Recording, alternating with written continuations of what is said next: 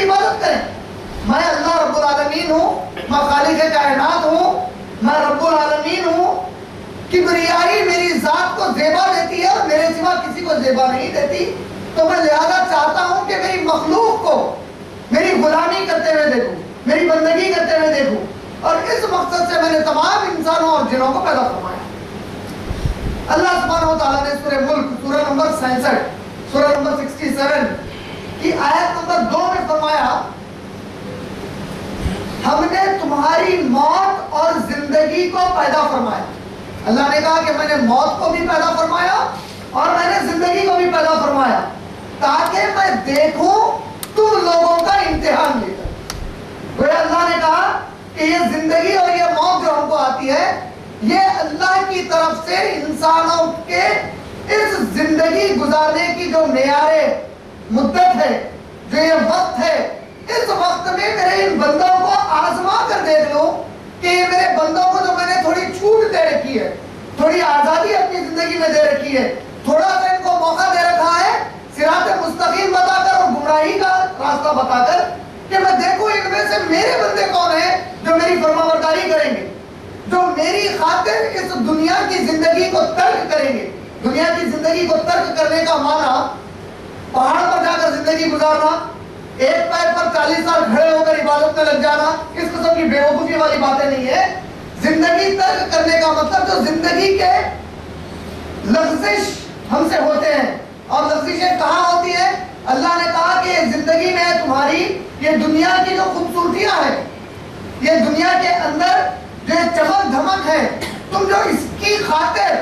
اپنی محنتیں کرتے ہو, اپنی مشقتیں کرتے ہو, اور ان چمک دھمک کے اندر اللہ نے کہا کہ تمہارے ماں باپ کی خدمتیں, تمہارے بیوی بچوں کی جو پرورش اور ان کی جو دیکھ بھال, تمہارے رشتہ دار بھائی بہن, تمہارے مال جمع کرنے کی خواہش, تمہارے گھر تعمیر کرنے کی خواہش,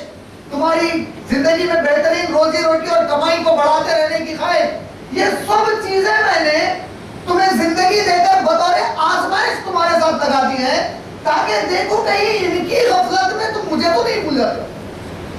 کہیں ماں باپ کی خدمت کا بہانہ دے کر اللہ اور اس کے رسول صلی اللہ علیہ وسلم کی اطاعت, دین اسلام کی خدمت سے تم نہیں پھٹ لیتے ہو. یہ آزمائش والی چیزیں میں نے تمہارے ساتھ لگا دی ہے تاکہ آزما دوں تم لوگوں کو کہ تم لوگ واقعی میری بندگی اس زمین پر کرتے ہو یا میری بندگی صرف ایک دکھاوا بناتے ہو, اور صحیح معنی میں پوری زندگی تم لوگ ان پوروں کی عبادت کرتے پھرتے ہو.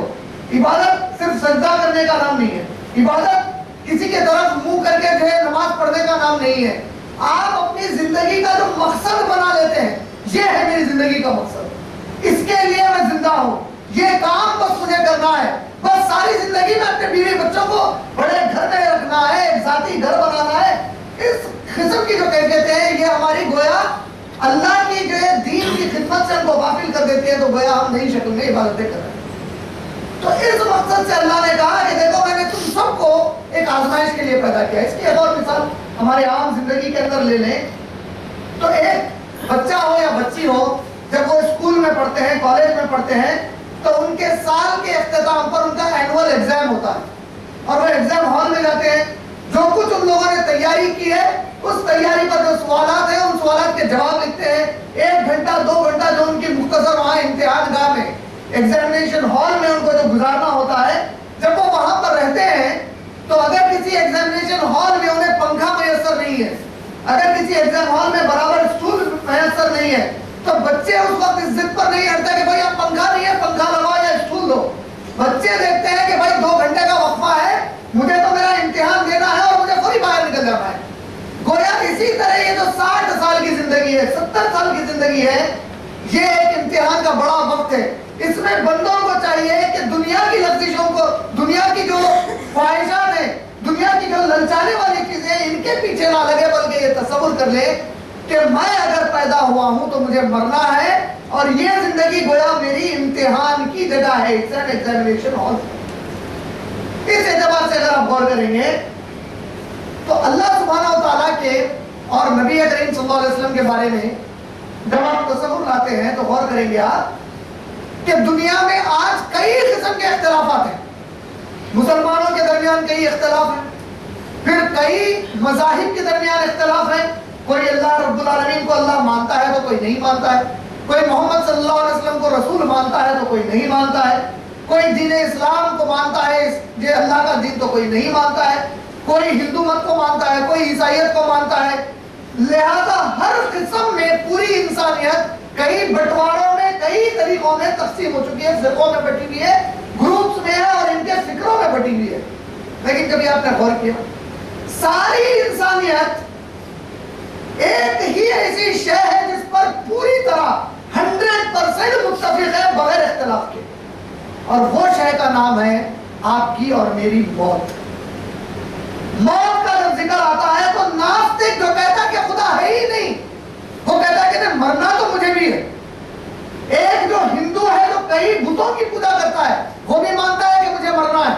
ایک عیسائی جو کسی کو گاڈ کہتا ہے یا عیسیٰ علیہ السلام کی نعوذ باللہ وہ عبادت کرتا ہے وہ بھی مانتا ہے کہ مجھے مرنا ہے۔ لہذا موت ایک ایسی شے ہے زندگی کی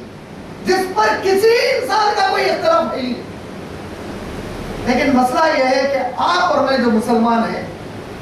ہم کو اللہ اور اس کے رسول صلی اللہ علیہ وسلم نے موت کی حقیقت کیا بتائی، اور موت کے بعد کی وہ زندگی جو اصل زندگی ہے اس کے بارے میں جو حقیقت بتائی، انشاءاللہ میں آج کے اپنے بیان میں مختصر انداز میں اس پہ کچھ روشنی ڈالوں گا۔ میں نے جس آیت شریف سے اپنے خطاب کی شروعات کی وہ سورہ آل عمران سورہ نمبر 3 کی آیت نمبر 185 آیت نمبر 185۔ اللہ سبحانہ و تعالیٰ نے جیسا کہ میں نے بیان کیا بڑے ہی پیارے انداز میں، مختصر انداز میں موت اور اس کے بعد کے زندگی کی حقیقت بتائی، اور اس زمین اور اس زندگی کی جو دنیا میں ہم گزارتے ہیں اس کی بھی اصلیت بیان کر دی۔ اللہ نے کہا کلو نفس ذائقۃ الموت۔ عربی میں نفس کہتے ہیں جان کو، کوئی شے جس میں جان ہے اس کو عربی میں نفس کہتے ہیں۔ کلو نفس، جو کوئی شے ہے جس میں جان پائی جاتی ہے، چاہے وہ جھاڑ ہو، چاہے وہ پودے ہوں، چاہے وہ جانور ہوں، چاہے جنات ہوں، چاہے ہم انسان ہوں، اللہ نے کہا کلو نفس ذائقۃ الموت۔ یہ جتنی جانداریں ہیں ان سب کو موت کا ذائقہ چکھنا ہے۔ یہ جو موت کا مزہ ہے ان کو موت کا مزہ لینا ہی لینا ہے اپنی زندگی میں۔ اور اللہ نے سورہ نساء کی آیت نمبر 78 میں فرمایا، سورہ نمبر 4 آیت نمبر 78 میں کہا کہ اگر انسان بڑے مضبوط پہاڑ بنا کر اس میں جا کر بھی چھوٹ جائے تو ان کی موت اس کے وقت پر انہیں وہاں سے بھی کھینچ کر لے جائے۔ موت کا مزہ تم کو چکھنا ہی چکھنا ہے۔ کلو نفس ذائقۃ الموت وَإِنَّمَا تُوَفَّوْنَ أُجُورَكُمْ يَوْمَ الْقِيَامَةِ۔ اور ذرا اطمینان کر لینا کہ جو کچھ تم نے اس دنیا میں کیا ہے وہ قیامت کے دن اس کا اجر تمہیں ضرور دیا جائے۔ یہ مت سمجھنا کہ تمہاری زندگی کا کوئی ایک لمحہ ایسا ہے جو ہمارے حساب اور کتاب کی،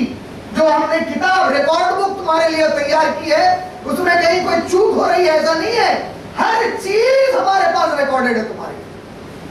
اور اللہ رب العالمین کی جو ذات کریم ہے، جو عالم الغیب کی اس کی صفت ہے، وہ تو اگر قیامت میں کسی کی بربادی پر اتر جائے، وہ کسی کو طے کر لے کہ اس بندے کو مجھے آج برباد کرنا ہے، تو نبی نے کہا کہ اس نے دل میں جو غلط سوچ لائی تھی اس کا بھی حساب لینا اس سے شروع کر۔ کلو نفس ذائقۃ الموت، ہر نفس کو موت کا مزہ چکھنا ہے۔ وَإِنَّمَا تُوَفَّوْنَ أُجُورَكُمْ يَوْمَ الْقِيَامَةِ، اور یقین جان لو بے شک تم کو تمہارے تمام اعمال کا اجر قیامت کے دن دیا جائے گا۔ فَمَنْ زُحْزِحَ عَنِ النَّارِ، ہاں جس کو اس دن نار آگ سے بچا لیا گیا۔ فَمَنْ زُحْزِحَ عَنِ النَّارِ، جس کسی کو بچا لیا گیا، پکڑ لیا گیا آگ سے، وَأُدْخِلَ الْجَنَّةَ، اور پھر اس کو داخل کیا گیا جا جنت میں، فَقَدْ فَازَ۔ تم کیا سمجھتے ہو زندگی کی کامیابی تمہاری اس کو سمجھتے ہو کہ تمہارے پاس ایک 100 پیلس آ جائیں، ایک ملک کے تم حاکم بن جاؤ، تمہارے ہاتھ ایک 10 ممالک لگ جائیں، یا پورا ایشیا کا کانٹیننٹ تمہارے تحت آ جائے؟